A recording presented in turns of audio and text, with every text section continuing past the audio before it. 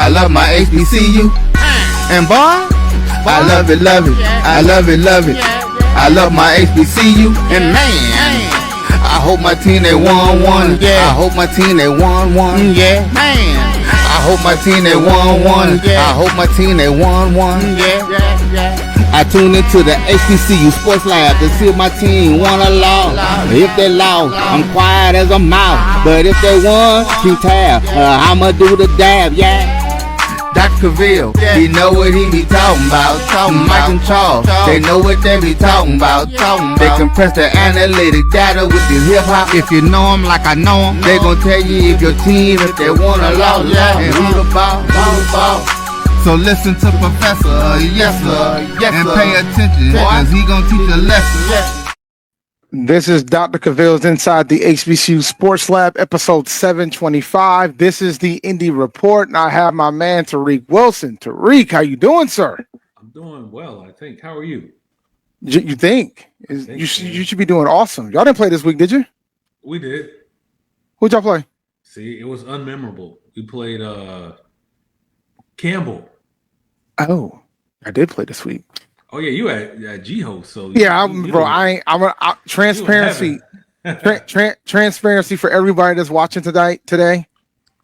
I saw some of Jackson State, Alabama State. Like I caught the end of it, and that's about it, ladies and gentlemen. Like I didn't, and the only reason why I caught the end of that was because I was listening and watching while getting ready for the bonfire. Like I didn't really like outside of A&T South Carolina State, didn't really watch too much football this weekend. But we definitely will get into those two games that we just mentioned. And I'll give you your thoughts I'll get your perspective on Jackson State and Alabama State if you watched it.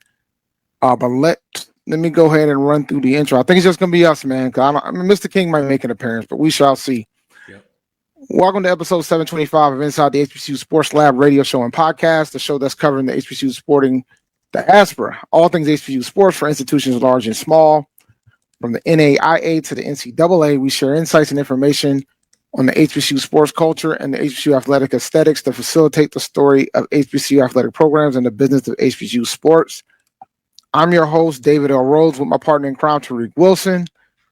We are filming from our home studios and sending a signal live to KCOH 1230 AM studios with the Texas Radio Hall of Famer Ralph Cooper in the beautiful home of Texas Southern University from Houston, Texas. All right. So I have a few topics that we can talk about. We can start with let's start with our games. We'll start with the games. Because we could start with about Morgan State getting that freaking transformative gift, $63 million from Mackenzie Scott. You want to start there? I didn't see that. 63? $63 million. So that puts the tally at $103 million that Mackenzie Scott has given to Morgan State University. Shoot, I think we only got 30 from her a couple of years ago. So yeah, we got 40. A&T got 40. Dang. Yeah, A&T got 40 from her a couple of years ago. Well, I'm happy for them. I mean, it's well needed. So they can. I know some Bears are unhappy with Wilson. Maybe they could buy him out. It's funny. I was having some conversations with some of my HBCU Nightly folks, and I pretty much said I would be amazed if a dime goes to athletics. And part of it is because I think the focal point is always going to be academics for us. I know folks don't want to hear that, but that's the reality, right? Particularly with the schools that's within the MEAC. Right. Like I think we tend to push, like those administrators tend to push about the academic side because that's what the need is at. Athletics is needed too, let me be clear, but like primarily student success, scholarship, and things of that sort are going to probably be always the top two things that they try to attack. I know that's what A&T attacked when they got that transformative gift from Mackenzie Scott, and it sounds like Morgan State is going that same route. So, awesome. Yeah, congratulations. Oh, that's big, man. Like, do I think they should inject a bit to athletics? Absolutely, I think they should. But it's all about what that leadership at that particular institution wants to do. And Dr. Wilson, knowing him, that's adjusted for the price of inflation based off what we got. So that's a dope gift there, man. Oh no, it's great, man. Like it just happened. So I wanted to bring it up. Like it literally just happened. But no, shout out to Morgan, man, for getting that amazing donation. Hey, Morgan's making moves. They've been making moves. Oh yeah, Morgan. Yeah, man. Like it's funny. We always have these discussions about athletics helps when it comes to like enrollment growth and things of that sort. And all due respect to Morgan, I know they're not gonna like when I say this, but they haven't won a MEAC title since 2014. And that was with 4 other teams, and before that it was in the 70s. So like you're talking a very long period of time since they've actually had like football success. They really haven't had sustained success in my lifetime, right? So when you take all those things into account and what they're doing, they're the 3rd largest HBCU in the country, man. Yeah. So like, they're behind A&T and they're behind Howard. So, but overall, man, what they're doing and representing Baltimore is amazing to see. But they also understand they got competition right down the street from them too with Townsend. Yeah. Well, literally, everybody that goes on that campus is like, dang, what happened? Like this is a little secret here, man. Like what is going on at Morgan? Oh no, they have listen, man. If they would have, man, if Morgan would have gave enough scholarship money, man, my daughter probably would be there right now. Yeah. Like seriously, like she loved the school, she loved it. But it was just but more reason why I know it's probably gonna go towards scholarship and student success. Like Townsend gave double the amount that Morgan gave from a scholarship perspective. So like that you're competing with the guys down the street. Mm-hmm. On top of competing with the HBCUs for students, you're also competing with some of the schools around you. Yep. And I think we sometimes miss that from that aspect too. You got to worry about the folks that's literally next door to you. But no, it was a good news story for Morgan. I'm happy for him. I'm thrilled for him. I know we'll probably talk about it on my next show tonight, but I am thrilled for that. Yep. Another topic I wanted to talk. Did you watch any of the Jackson State Alabama State game? Just the tail end of it. Just the tail end. I saw that like the last couple plays, and it was awesome. So you saw the end? Yeah, I mean, really secretly, I got a little hatred for Jackson for what they did to us in the season opener. So I was hoping they would lose, but they did. I picked Alabama State. I gotta own it. I picked Alabama State to win. I thought that Andrew Body would do it, but that final play call, man. Yeah. But it was so wide open. It was so bad. It was so easy. On the short side of the field? Yeah, it was so easy. I don't understand. And I was rooting for Barnett too, but like calls like that is why you get concerned for Barnett when there's times like this, man. Like, but overall, I think he did. I mean, overall, Alabama State gave the good puncher's chance, and now we're in this situation where, I've already heard Trump was like, is there any way that we could potentially make the playoffs? No, you can't. You can't. You got the Turkey Day Classic, so you can't. And it would have been a tough sell anyway with the teams that are remaining. Like when it comes to getting a at-large bid, Jackson State probably would have had a better shot if they would have lost. But not Alabama State because they got the Turkey Day Classic, so that's not going to happen. But that being said, I expect Jackson State to run through the rest of the division. Go 8-0, win the SWAC championship, and be in the Celebration Bowl. That was their only challenge on the list in the conference. So that's that. They're done. They're gonna run through everything. I don't think there's anybody that's good enough to even come close to them at this point. Yeah, they might not lose, period, because I don't see a MEAC school beating them either. Maybe no, I think the school down the road got a shot. They got a shot, but they got to get there. That's the problem. Right. Yeah. I mean, they always drop they should get there, but they're gonna drop one like they do every year to somebody. If they drop it to Dell State, they ain't going. Right. I'll tell you that right now. Yeah. You heard it here first. If they drop it to Dell State, they ain't going. But I think that's their opener, if I remember correctly. I think that's first week of MEAC play. I think they play Dell State first week. So we'll know soon what's going to happen with that. I might go to that game. I wonder, is it at Delaware? I think it's at the school down the road. I think it's in Durham. Damn. I think it's in Durham. All right. I have to double check. I miss that, man. I miss just being able to roll up to the Eagles' nest, man. Well, no, you shouldn't have to miss things like that. Like I don't know why would you miss things like that. But that's good. Like I don't think we had school down the road versus Delaware State as a potential MEAC championship matchup, but here we are.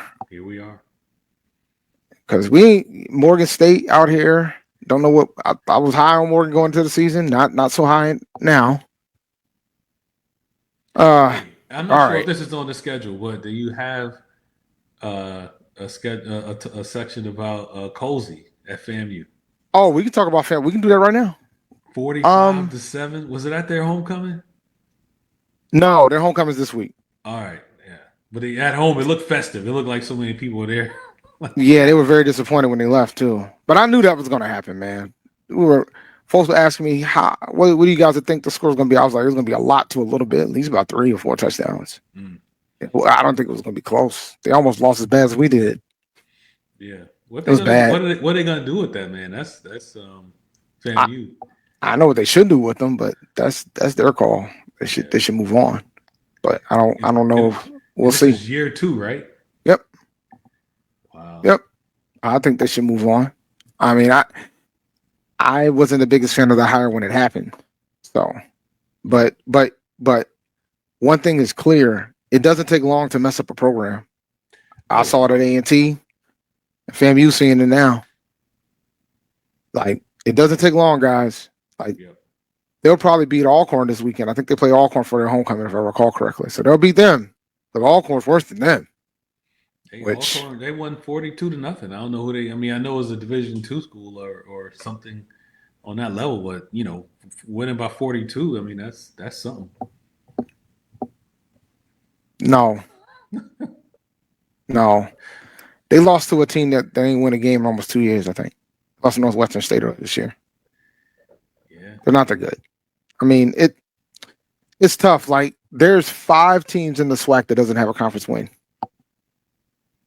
So SWAC is tough. There's only 2 really good teams in that conference, and everybody else is kind of like happy to be there. It's parity. No, there's only 2 good teams. There's no parity. There's no parity. Bad, man. Nah, the MEAC has parity. Yeah. This ain't parity. Yeah. No, this ain't parity. But no, I think Cozy, I think they got to start thinking about the next move. But there's a few coaches in the SWAC that needs to be looking behind their back right now. He ain't the only one. Like, I think, FAMU and Alcorn this weekend should be loser leave town match. Like, that's what it should be. But we'll see. I think Southern's probably going to have to make a move. I don't know about UAPB. UAPB is a unique one, but they probably got to start thinking about it. They put up 79. I don't know. Yeah, they played Westgate though. They played Westgate. I did not know who Westgate was until I saw that score. Is that Division II or is that? I don't know if that's Division II. Is that a VUL situation? Yeah, I don't know. For those who want to watch that game though, Jackson State and Bama State is on ESPNU right now, the replay. Oh, so go check that out. Awesome. But I've never heard of Westgate. Not sure where they are, where they're based out of, what division they are in. I have no clue. But yeah, some folks were saying it was a community college. Like I have no idea, no clue, not a clue. Didn't know they existed until last weekend. No clue. Gonna look them up just in case. Next time I hear them, I say, "Oh, they are in." Like if A&T starts playing Westgate, that we're down bad. Yeah, we're down bad. Yeah, you might get kicked out of the CAA for that nonsense. Nah, yeah, they might pay us the exit fee to leave. They might be like, "Yeah, it's time to go, guys." Yep. This ain't that. Do you want to talk about conference realignment at all? Sure. Brandon's not here. You know what? We're 15 minutes in. Let's go ahead and take our first break. And when we come back, we'll talk about conference realignment, and then we'll get into then we'll get into our 2 games and things of that sort. So we'll be right back right after the break. This is the Dean of the College of HBCU Sports, Kenyatta Cavil of Dr. Cavil's Inside the HBCU Sports Lab with Mike Washington and Charles Bishop. Come mix it up in the lab where the course lecture is in session every Tuesday from 6 o'clock p.m. Central Standard Time on Facebook Live, YouTube Spreaker, or the BCSN app. As we discuss all things about the HBCU sports culture, including exploring the week that was in the sporting HBCU diaspora, as well as the upcoming week of HBCU sports. with me, the Dean, the College of HBCU Sports, on Dr. Cavil's Inside the HBCU Sports Lab with Mike Washington and Charles Bishop. Course lecture dismissed.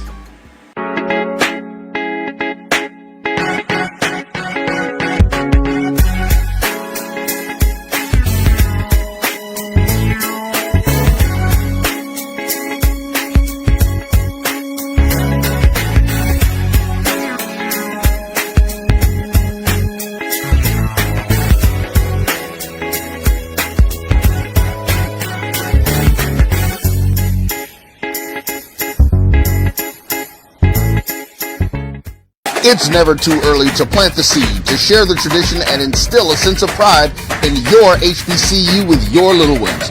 HBCU Pride and Joy Children's Boutique helps you share your school spirit with a wide selection of adorable kids apparel and accessories officially licensed from your favorite HBCU. Visit hbcupridejoy.com and follow us on all social media at HBCU Pride Joy on Facebook and Twitter. For over 30 years, HBCU Image has been more than just an apparel store. We've been a movement, a stance, a legacy. We celebrate the pride, the purpose, and the culture that make historically black colleges and universities legendary. Whether you're a student or a lifelong supporter, our gear lets you wear your HBCU story with confidence and style. Because when you wear HBCU Image, you're not just wearing clothes. You're wearing culture. You're wearing pride. You're wearing purpose. HBCU. College football fans, the Cricket Celebration Bowl is celebrating 10 years of crowning an HBCU national champion. A champion will rise at Mercedes-Benz Stadium on December 13th as the MEAC and SWAC champions clash in Atlanta. Join us for championship football, interactive fan experiences, and iconic marching bands. It's an HBCU family reunion that you don't want to miss. See who will be crowned the next HBCU national champion. For event and ticket information, visit thecelebrationbowl.com. Compress the analytic data with your hip-hop. If you know them like I know them, they gon' tell you if your team, if they wanna lose, and who the ball. So listen to Professor, yes sir, and pay attention, cause he gon' teach a lesson. Welcome back to Dr. Cavil's Inside the HBCU Sports Lab, episode 725. This is the Indy Report, and we have the third man in the crime scene, man. Mr. King, how you doing, sir? I'm doing good, man. How you brothers doing this evening? I'm doing all right, man. And you had some phenomenal timing because you know what we're about to talk about? I'm going to assume it has something to do with my not so mighty Tennessee State Tigers. Yeah, conference realignment, man. Listen, Little Rock left the OVC, heading to the UAC. There's talks that SEMO and UT Martin are next up to go. So then I asked the question, what will Tennessee State do? I asked on Twitter, and answers I got, I know, and I replied to folks who was wondering. I said, I heard they're going to sink with the ship. But somebody else said they might go independent if it all falls down. I don't know if I want to say word to Kanye West, but yeah. So what's your perspective on this with the teams that are starting to lose, the teams that are making a decision to leave the OVC? Because now it's starting to get into this, like losing 3 teams is starting to get kind of rough on the edges, so to speak. And it's funny because I was having a conversation about it, and SEMO was actually one of when the initial news about Martin leaving. And you know, these things never happen in a vacuum. It may not be that same year, but usually in the next year or so, there's another team that leaves. And SEMO was one of the ones that I felt could jump or defect, if you will. And let's be honest, and we've talked about this so many times, the OVC has been hemorrhaging teams for the past 7 to 8 years. And we've seen teams come into the conference even before they align themselves with the Big South and leave within that time frame. You're talking about a Belmont, of course they're not a football playing member, but you know, a Jacksonville State and teams of that nature. So in looking at what TSU is going to do, I'm going to be honest, and the meme that I sent in the group, they're gonna be Will Smith turning the lights off in the man. That's gonna be us. And because, and to be honest, we know that there's two conferences that are ready made. One wants them, the other one needs them. And I'm going to be honest, barring some cataclysmic events either in the college football landscape and or within the leadership personages at my beloved alma mater, I don't see that happening yet. So Could it be a possibility that all three of us will be in the same conference? how funny would that be? That would be hilarious. I mean, That would be. That would be hilarious. Yeah, but I think if that happened, then you see some more people leave. I think they're running out. Well, I'm gonna be honest. Like to pivot to the CAA, I'm gonna be keeping a buck with you, man. I think we need to probably start having that discussion about what to do with football.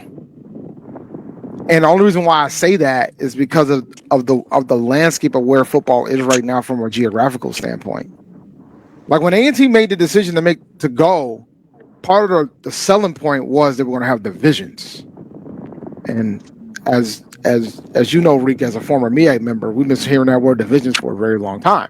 Mm-hmm. But that was a selling point for us to make the decision to make the jump.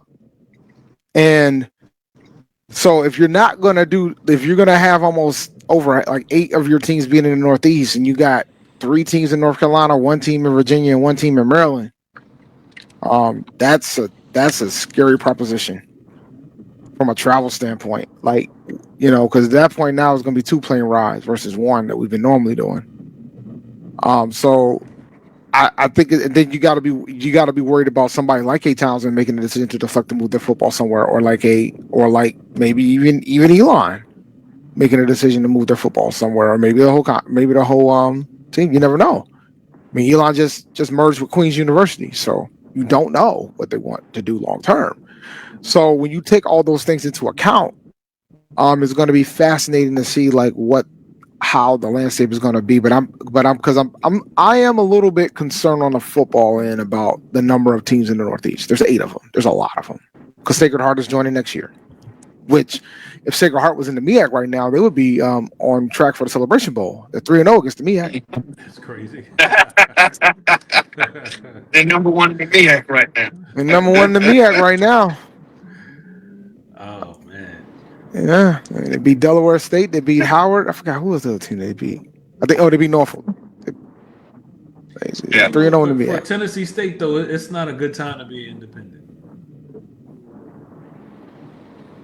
Y'all need a home. And I'm going to be honest, like I said, with the landscape and the financial aspect when it comes to being an independent, I don't think fiscally it makes sense. I don't know. Who are y'all gonna play after October? Like, you could probably get away with doing it and play all the MEAC schools because they don't get into conference play until the end of October. But after that, that's where your challenge is gonna lie. And you're gonna probably have to pay a lot for travel costs, and you got to figure out to make sure you're not going on the road for all those games. It's and the other thing, one of the points allegedly that Dr. Allen has said, that the OVC is, he's said this many times, that the OVC allows the games to be within a drivable distance. Of course, at that time that was true, but that's become less and less true. And if, like I said, if you go independent, then your travel, both in mileage and cost, are going to be astronomical now. And yes, I'm going to take a shot at our fan base. Look, we barely travel as is. Do you think that, no, that's, so, and I think this year the whole theory of playing more HBCUs, that can be questioned right now because the crowd didn't really draw that much against A&M. I mean, A&T, they did okay, So when you take those two things into account, like, you know, I know that some of the fan base wants to get back into, want to go to a black conference, but you got to prove it. No. And so here's my thing, because I've been beating this drum, but I gotta keep it a stack and call people out where they need to be called out. Because here's the thing, and just like you said, if you really want to go and be in a black conference, then if you were smart for those games, you would absolutely, it'd be standing room only in there, because you would have to make the numbers such a disparate that you're getting the people's attentions in the ivory towers of the Tennessee State Athletic Department. But the fact, when I've looked at the attendance numbers, and they've been nothing to write home about, you know, and I go back to last year, and hopefully they don't take away my fan card for saying this, but you know, when we went up there to play Howard, and there was this whole thing about, you know, we took over Howard's homecoming, blah, blah, blah. And I'm like, that's cool, but why don't you take over your own homecoming? Let's do that. I don't want to hear about what we did at somebody else's house when we ain't got our house in order. That means nothing to me. And when I looked at the numbers for the homecoming game last, I was like, this it? All this talk. So to me, it's like I said, Dave, you got to show and prove. It sounds good to say that you want to be in the SWAC or the MEAC, but you have to show it by going to the games, because those figures and those bottom line, that's what's going to get people's attention. And then when you have that type of attendance, you can somewhat have leverage when one of these conferences come to you and say, all right, well, when we play, look at this. This is what we bring. You have that degree of leverage. But I mean, if the people aren't coming, you don't even have that. It's just, oh, that would be nice. Oh, I wish. You know, we really should. And it's just talk at this point. Maybe that's what y'all should do. If you guys end up going independent, y'all just go and travel to other people's homecomings, and then you try to take over everybody else's homecoming. So, you know, you go to GHO, you go to Hampton's homecoming, you go to Norfolk's home. You just do a whole tour of like homecoming. Y'all can try to be the homecoming killers. Like that's what y'all can do. VUL, Lynchburg. Yeah, but you'll actually be a Division I program, and you can just be traveling around. And we wouldn't be, unlike, no disrespect to anybody on those teams, I'm sure they work hard, but we wouldn't be the Washington Generals of homecoming opponents if we were to do that. I mean, if we were to do that and we started winning, people ain't gonna invite you back. They're like, no. Yeah, there's a lot of sensitivity about losing homecoming games. I mean, you know, that's why you schedule Wingate or Westgate. What was the name? Westgate. You schedule Westgate and VUL for your homecomings. Just during the break, I went and looked up Westgate. Man, what an operation! Like, what an operation! What an operation, man! Go to the website, man. Oh, now tell me more before we go to break. Tell me more. Man, just look at the roster, man. They got pictures of all the groups, man. I'm like, wow, man, y'all just. But what division are they in? Play some. It is the New South Athletic Conference. There's no affiliation. It's like a bunch of loosely connected schools. Oh, geez, Louise. That should be the title of this show. What an operation!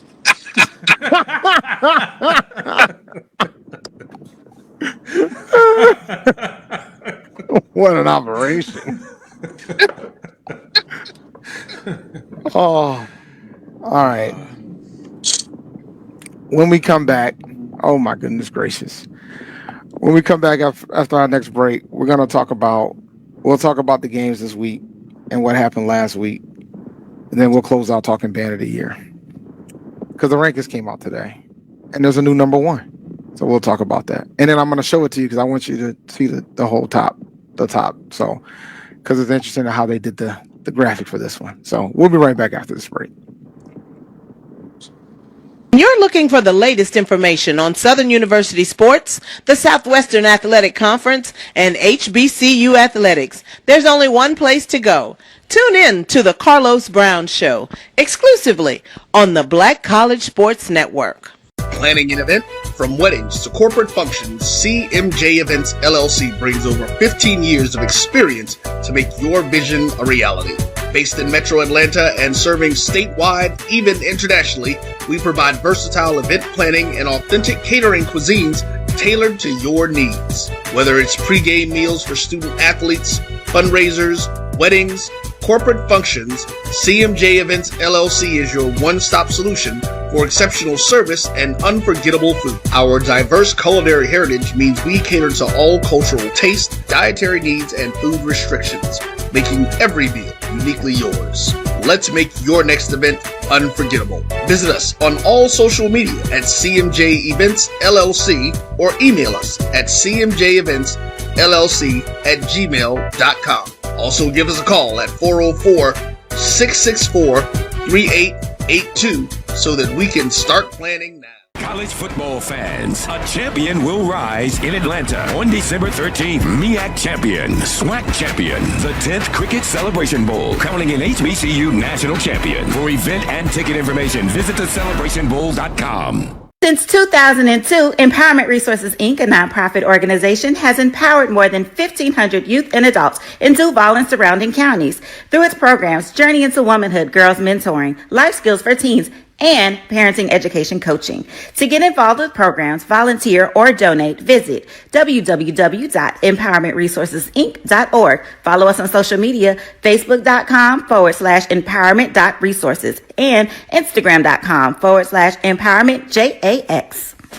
For over 30 years, HBCU Image has been more than just an apparel store. We've been a movement, a statement, a legacy. We celebrate the pride, the purpose, and the culture that make historically black colleges and universities legendary. HBCU Image, a Kenny T's company. ESPN Events presents Red Lobster Band of the Year. Returning to Atlanta on December 12th, 4 bands will qualify for the big stage, where 2 national champions will be crowned. Follow us for rankings updates throughout the season, and join us on December 12th. For event and ticket information, visit bandoftheyear.com. Compress the analytic data with your hip hop. If you know them like I know them, they gon' tell you if your team, if they wanna lose, and who the ball. So listen to Professor, yes sir, and pay attention, cause he gon' teach a lesson. Welcome back to Dr. Cavil's Inside the HBCU Sports Lab, episode 725. This is the Indy Report. All right, I guess I'll start. G-Ho was last weekend, had a phenomenal time. Game results wasn't what I wanted. A&T lost to South Carolina State 22-16. We're up 9-0 at the half. 2 turnovers turned into 2 touchdowns. Tried to make a comeback at the end. Couldn't do it. Scored. We scored, but we weren't able to get the ball back because we couldn't stop them from getting 2 first downs. Unfortunate time of events there. But per usual, we give up 3 plays. The 2 turnovers and a big run, a big pass, and that was that. And that was all she wrote. The boys are fighting. I love the fact that they're fighting. Someday we're going to break through at some point and try to get another win. Our next opponent is against Campbell, I believe, because I think we have a bye this week. So hopefully, we do have a bye this week. Hopefully we'll try to pull it out in 2 weeks. We'll probably talk more about that Campbell game in the future. This is the 3rd straight homecoming that we've lost. That's 3 in a row for us. A lot of Twitter discussions about the value of the wins or not. But it was a sold-out crowd. Had over 170,000 people in the city of Greensboro. Had close to over 100K on campus.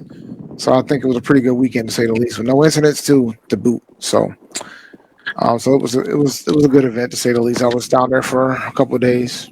So, but yeah, man. I know that Hampton played Campbell. How did that go, sir? It went as you would expect. We got beat up in the second half, as we normally do. And we took a lead in the halftime, 14-10. It's like, holy cow. And I think we got the ball to start the half Second half, 3 and out, and then Campbell just scored 21 straight in the third quarter, and just That was that. just wore us down. That's been the story. Like we just can't finish. Just can't finish, and we get worn down in the second half. Start making mental mistakes, turnovers, penalties, and we lose. So that's what happened. Only thing that came out of that game that was positive was that some more freshmen emerged, like Gratian Goldsmith. We thought we had one when we got him at running back, so he was unstoppable. For some reason, the coaches took him out. Man, I don't know. But I guess, and then also another defensive end, I forget his name, just slipped. He had a great game as well. So some freshmen emerged, but the same stories continue. We just can't finish and look very bad at times. Just awful. So, yeah. I think for me, when it comes to A&T and their inability to finish, because this is the second game in a row we had the lead going into the third quarter after the half. So I think it's, Coach Gibbs had talked about it. He's got to get more people to understand you got to play all 4 quarters and you got to believe that you can win and not hope that you can win. You got to believe that you can win. And I think he's admitted that he's got some folks on that roster that don't believe they can win. Sometimes they believe later, or they'll believe at some portion. You got to believe that you can win, period. Yeah. So hopefully, by season's end, we'll probably get another. I'm hoping that we can get another win. I think if we're going to get one, it's going to have to be next week. I mean, after the bye against Campbell. So it'll be interesting to say the least. Is everybody still in on Gibbs, on the Gibbs project, or? I mean, there's some Aggies that feel a way about it because of the record's similar, but I tried to warn folks that I could have saw 0-12, to be honest with you, going into the season. I could have seen a path for 4 games, but considering how they've been playing this season, this is a vast improvement from last year. You got to give Gibbs some time. Yeah, he's shown that he knows how to recruit. So you just got to give him some time and get him to make it work. Get him the resource that he needs and get him to make it work. I think he's going to be fine. There was some that were apprehensive. I'll be honest, but I can't. I call those the irrationals, and I ain't rolling with the irrationals. So I'm not like I can't roll. That man some NIL money because that's coming. Guys, that's coming. We had a goal to raise $1 million during homecoming weekend, and I believe we hit it. So that's awesome. That's coming. It's coming. I don't have. I'm waiting to get the official word, but I talked to some folks that were part of the committee for the All Aggies All In campaign, and from what I understand, if they didn't hit it, they're close. No. So we'll see. All right, if y'all got NIL, then y'all be straight. His second season will be on the up and up. Yeah, we're guarantee it.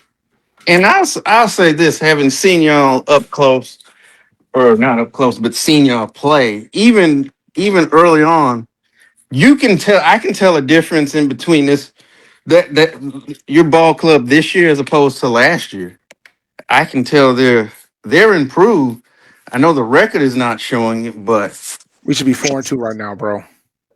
I see a better football team than I did a year ago. So, like I said, gotta give him some time to get his guys in there. I mean, from Coach Gibbs has shown that he can build a program if given time. So, I really think y'all are on a good path. I think. There's no question. There's no question about that. I think we're going in the right direction. I mean, I would like to see more wins because I think we should have beaten Tennessee State. We had Maine. We had William and Mary. We had South Carolina State. Like we had them. It's just we just got to reduce the turnovers in the big plays. And shout out to Andrew Brown, man. He broke the school record. He kicked a 55-yard field goal during that game on Saturday. I saw that. So shout out to him. The NFL needs to bring him out for a trial when it's time. This is his final year, so hopefully the NFL sees him and gives him that opportunity from that regard. Tennessee State was on. Who did Tennessee State play, man? Eastern Illinois. How did I? Oh no. Now this was the same team I won't say the same team. We beat they were the homecoming opponent last year, I believe, and we beat them 42-17. And We lost this year, and honestly, here's the thing: it's been the same story all year long. I mean, right now we are an offensively challenged football team. Um, I think we the 24 points that we scored against y'all and is the most that we've scored all season. You know, they went through a period to where I think, what was it, 7? I think it was 7 or 8 quarters without an offensive touchdown. I mean, when you watch, everything is a struggle. You know, I know that Coach Barlow right now, Byron McNair is the starter. But I said offensively, I meant SEMO. I'm thinking of the week before. Eastern Illinois beat us down the week before. Hey, Brandon, But you know what y'all are averaging per game, points per game? it was, the last time I looked, it was like 17 points per game. I'm gonna pull it It up and dropped. It's 12 and a half. 12 and a half. which I know has got to be at the bottom of the conference. Bottom of the country. Got it. I mean, when you look at everything is just a struggle. It's been so, and you know, you're not defensively, you're not making the plays that you need. You're not, you know, making those key stops on third down, but really not first and second either. So, I mean, right now, this is scary to say. This is a club that's still trying to find themselves 6 games into the season. I'm like, I get so annoyed because I know we should have been John. I'm just so hurt right now, man. I'm just so hurt. Oh my goodness gracious. Yeah, I just want to run down. This is what they've scored this year: 24, 3, 21, 8, 7, 12. You know what I noticed? What's You that? scored 20 plus points only against HBCUs. That's what I noticed. And y'all got Howard up next for their homecoming. Howard might shut y'all out. If y'all don't score 20 points against Howard, I'm gonna feel away. That means you'll break your streak. Nah, this defense is nice. Oh, I know the defense is nice, man. Yeah. I don't. Howard's gonna give y'all fits. They're about to make up for what they're gonna do. They're gonna make up for what y'all did to them last year. And look, the only reason we scored 20 points against y'all was 3 plays. 3 plays, and that's been the season for us. We give up either 3 big plays or there's 3 plays that just literally turn the game around. And the thing that happened on Saturday was basically we had 2 consecutive turnovers by the quarterback, 2 straight plays, and both of them led into touchdowns. And that pretty much, we gave up the lead, then we were down by it was 22-9 after the second touchdown. Like that's been the MO right now for us. Like I think we can just, you know, and the same thing happened with you guys. We had 3 turnovers and 2 of them was by one of the quarterbacks who's still out. Champ Long. Yeah, it's just rough. Yeah. But you know, I think eventually, like a epic brain fart against us, just an epic letdown. You know, we're so bad we don't forgot about that game, like how we lost that. That's how bad the season has been. Like, I'll just say, Hampton people that I know about that care about sports ain't happy. Like, this is the most unhappy I've seen. Well, because y'all had high hopes, y'all had high expectations. Yeah. Like for me, when I came into the season, I was like, yo, like I just sat through us losing by an average of 30 points at home. Like I just want them to be competitive and maybe get a game or 2, 3, you know, or maybe 3. I mean, the only games that we weren't competitive against was a school down the road and Central Florida, which you're not going to be competitive against Central Florida. Let me tell you something though about my dear Pirates. So this weekend they're at Villanova. Oh God. Yeah. Y'all almost beat them last year. That's the wild part. Last year, right? And we beat I think we beat Cavil. But guess what now? We at Villanova, and then we got Monmouth for homecoming. Oh, well, at least you get a top. Yo, they got ranked ninth in the rankings today. Who, Monmouth? For the FCS Man. playoff. So like they're Yo, ninth. They're the ninth seed right now. So they score 44 points a game. I mean, we got Monmouth for senior day, so you know. We got Monmouth too. And we still gotta go up to Stony Brook. We gotta play Stony Brook. We go up to Stony Brook. I might go to that game. Yeah, we go. I was planning on going, but something came up and I gotta stay back. But now we got Stony Brook and we got Townsend still. So yeah, we got a rough schedule. We got, but nah, senior day, man, Mama's coming to town. By then they might be in the top 7. Yeah. Yeah, but they got pros. They got pros on that offense. Their defense is terrible, but they got pros. Yeah, like some I thought that Delaware State was hanging with them because they can't neither team could stop a cold. And then they don't play defense. They don't care. They just want you to. They want to. Hey, you score so I can score again. That's their thing. But I will say this, man, they're fun to watch. Yeah. They are fun to watch. I will say that. They are fun to watch. I'm just not going to enjoy watching them against A&T because our offense can score points, but sometimes we have these droughts, and that's when we'll probably lose by 30 with them because they're going to score every drive. Yes. The way our fans are feeling about the Pirates, and we got Monmouth for homecoming, boy. Oh, my Lord. Oh, my God. We played Monmouth for homecoming a few years back. When we were in the Big South. Yeah. They were scoring back then. Mm-hmm. Yeah. Yep. That was our last year in the Big South. We played them. All right, man. We're gonna close out the show very soon, but I wanted to get your respect on these band rankings. All right. Here's the top 10 for Division 1. I didn't grab the Division 2 ones, but here's Division 1. FAMU's number 1. Damn, Hampton's up there. Wow. Hampton is up here. Folks was wondering how they went from unranked to 8th, but it's month to month. All right. So we got FAMU's number 1, Norfolk's number 2, A&T's number 3, Southern's 4, Jackson's 5, Bethune's 6. They have asterisks. The asterisk means that the notes they withdrawn from finals consideration. And that's why they decided to do 12, so they can make sure they have the 10 that have not withdrawn for finals consideration. A&M 7, Hampton 8, Prairie View 9, Grambling 10, Texas Southern 11, South Carolina State 12. Thoughts? I know you're happy that you're marching. Look, man, and Aggie's taking care of y'all down there for the marching force, man. Yeah, I mean they've been working. I mean they have been working at it. I'm proud of them, but I'm not surprised by Norfolk State. Like they've been. Oh no, they've been working for a while. They've been putting that thing together. Oh no, the Legion, man. I know how you felt about the Legion. You told me you was like, yeah, Brandon, but they legit, man. Yeah. They're legit. It's and just a fun fact for you guys. The top 3 are within 5 points of each other for this month. So it's tight.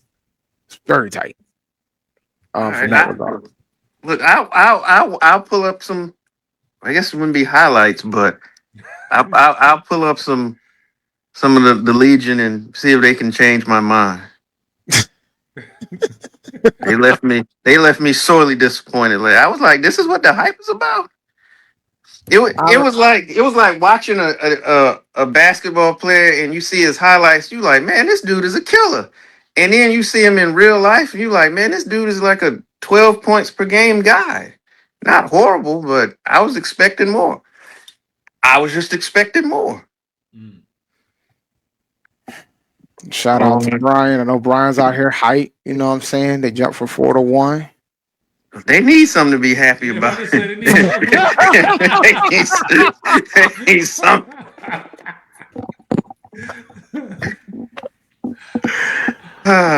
Oh my goodness gracious, man. They do need something. There goes. I have burned my invitation to the O&G.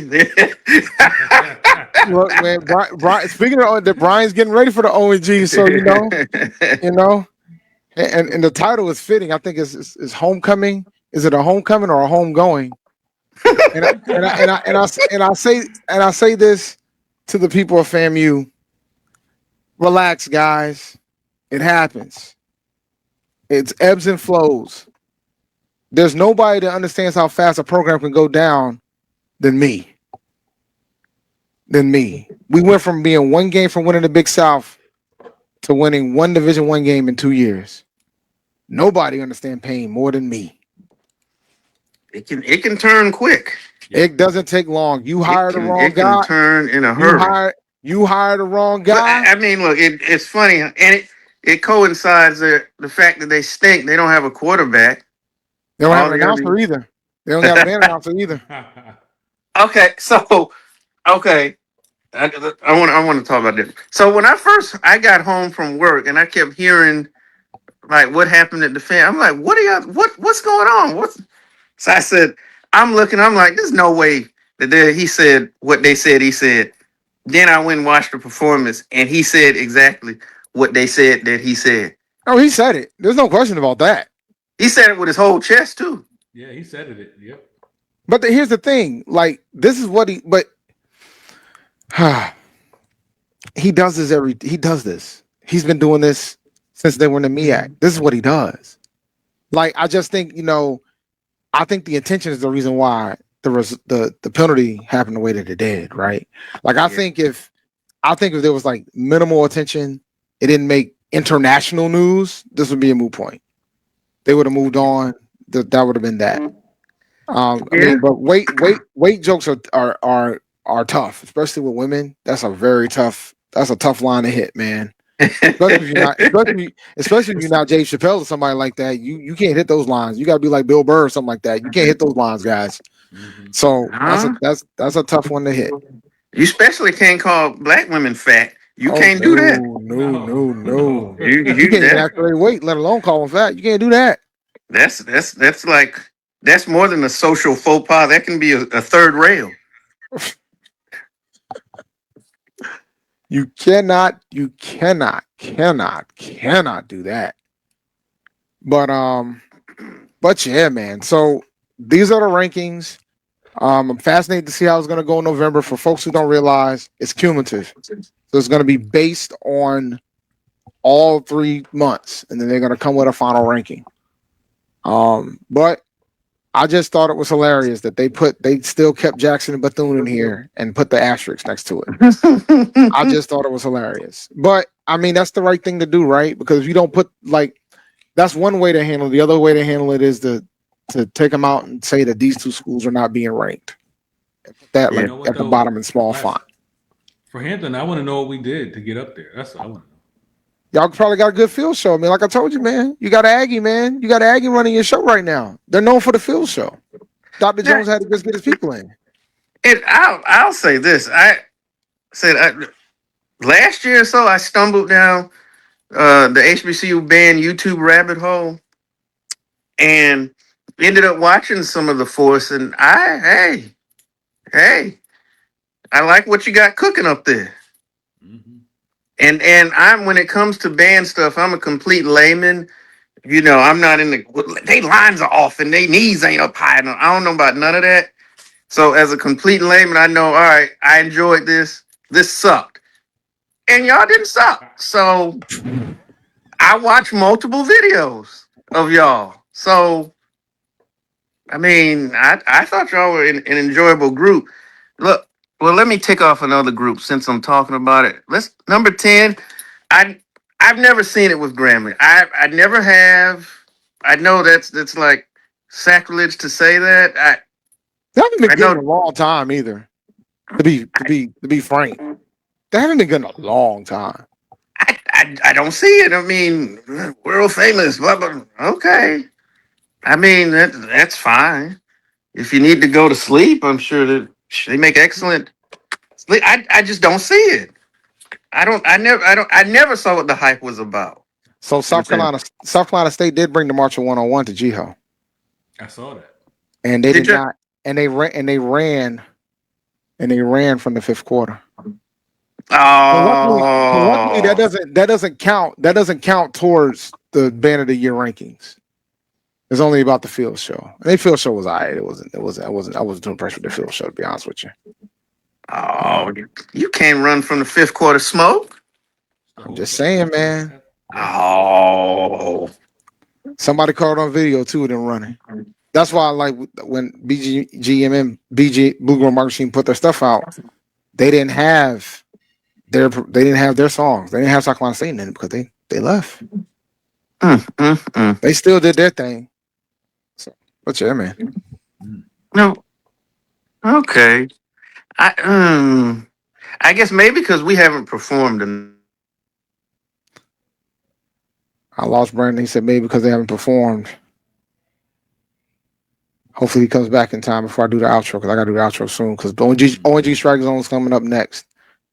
So shout out to those guys for FAMU, and I just hope they are ready. I think we lost Brandon.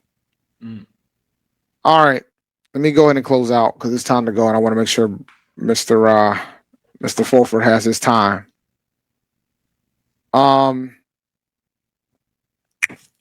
Thank you for listening to Inside the HBCU Sports Lab. Oh, he came back. All right, you're back. Now, you said you never seen it. I forgot what I was saying. Oh well. Yeah, I gotta close out anyway. Yeah. Oh, you were talking about Graham and never seen it, but yeah. Oh yeah, I never saw what the hype was about, but whatever. Hey, I will say this: when the Force did come to Greensboro, they were trying to show out, man. I gotta give them credit. They were out here trying to do their thing, man. I gotta give them credit. Gotta give credit where it's due. But all right, let me close out. Yes, sir. All right, thank you for listening to Inside the HBCU Sports Lab. Make sure you share our podcast with your friends or colleagues. We look forward to next week to discuss the latest news in the lab. Make sure you follow me on Twitter at ChampD1012. Follow Big Reed. Go to hupiracy.com. Go follow Brandon at sneakershoptalk.com.